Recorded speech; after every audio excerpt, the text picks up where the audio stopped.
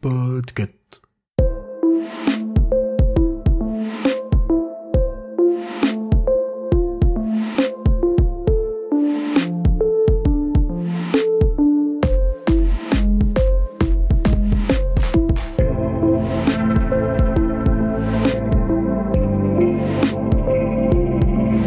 Bonjour tout le monde, vous écoutez le numéro 74 de la Gazette du Maine, le podcast de Stephen King France qui vous résume l'actualité de Stephen King.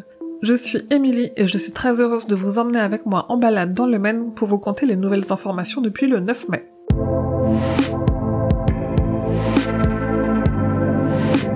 King a annoncé un nouveau roman court. Il était récemment l'invité du podcast The Losers Club et dedans, il y a annoncé avoir terminé l'écrit de la novella Rattlesnakes, et il a ajouté que ce roman sera une suite à Cujo. Dans une interview pour Vanity Fair, Stephen King est revenu sur la genèse de son roman Charlie. Il parle également de son désamour du film de 1984 et donne son avis sur Firestarter, la nouvelle adaptation. Il en profite par ailleurs pour partager quelques infos sur Fairy Tail, son prochain roman à paraître en anglais en septembre. Une interview que je vous ai traduite en intégralité et qui est donc à lire sur le site.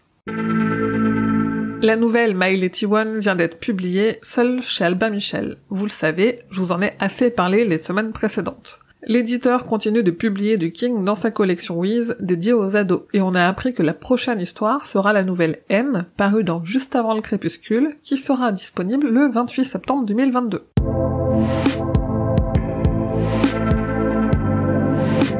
Dans l'interview de King, dont je vous parlais précédemment, il est évoqué l'idée d'une franchise Charlie. Un projet de 3 films semble en effet être envisagé par la production, mais très honnêtement, étant donné les résultats médiocres au box-office américain, je doute que des suites aux films soient un jour produites. D'ailleurs, j'ai moi-même pu voir Firestarter, et honnêtement, ce n'est pas si pire que ce que les bandes annonces laissaient présager. C'est un film qui se laisse regarder, qui ne trahit pas l'œuvre de King, sans pour autant marquer l'histoire de ses adaptations. Je vous ai posté mon avis détaillé, et sans spoiler, sur le site. Aussi, puisque la promo du film continue, j'ai mis à jour mon dossier qui recense et traduit ce qu'on apprend de la part de la production et du casting lors de leurs interviews. Autre promo, c'est celle de la saison 4 de Stranger Things qui vient de débuter sur Netflix. Interrogés par Vanity Fair, les frères Duffer ont parlé de leur projet d'adaptation de Talisman et, à ma grande joie, ont insisté sur l'importance de bien caster le personnage de Wolf. La preuve qu'ils devraient faire les choses bien. Ils sont aussi revenus sur l'influence du roman Ça de King sur leur série Stranger Things, et notamment sur cette saison 4.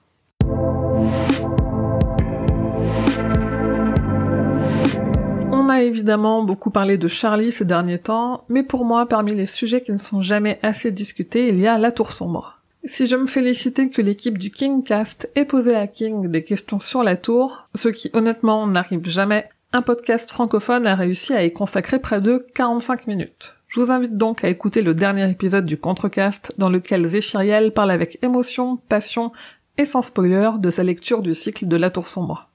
Et en parlant de podcast, avec le roi Steven, on a terminé la lecture et l'analyse de Cœur perdu en Atlantide. On est donc maintenant fin prêt pour terminer La Tour Sombre.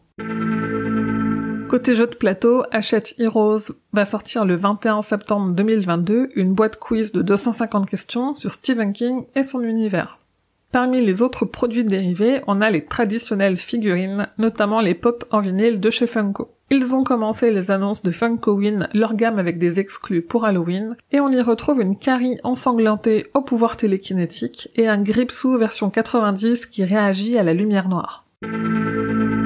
Chaque année, le site Stephen King Catalogue propose un calendrier sur un thème en lien avec Stephen King. Ils ont dévoilé le calendrier 2023, qui sera sur Creepshow et qui, comme chaque année, contiendra des contenus inédits, en lien avec le film, mais aussi avec la série. À l'occasion de la sortie de Firestarter au cinéma, l'éditeur audio Vares Saraband ressort la bande originale de la première adaptation de Charlie, en CD et en vinyle.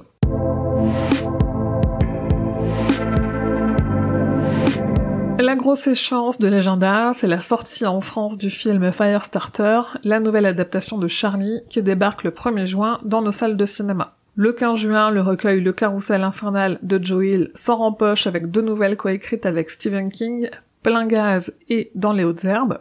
Et un peu plus loin dans l'été, prévu au 26 juillet, il y a le tome 2 du comic qui adapte en anglais le roman Sleeping Beauties, coécrit par Stephen King et Owen King, son autre fils.